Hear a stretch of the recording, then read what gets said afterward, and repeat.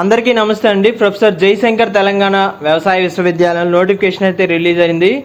NRI కోటాలో ప్రవేశాలు అయితే start అయ్యాయండి.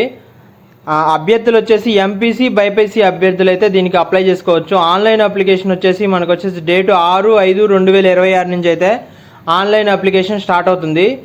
ఈ బ్రాంచెస్ వచ్చేసి 4 బ్రాంచెస్ ఉన్నాయండి.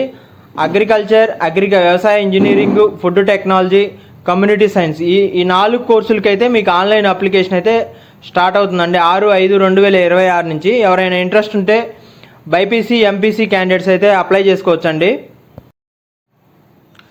నెక్స్ట్ వచ్చేసి మీకు విద్యార్హత వచ్చేసి ఎంపీసీ కానీ బైపీసీ కానీ ఉండాలండి.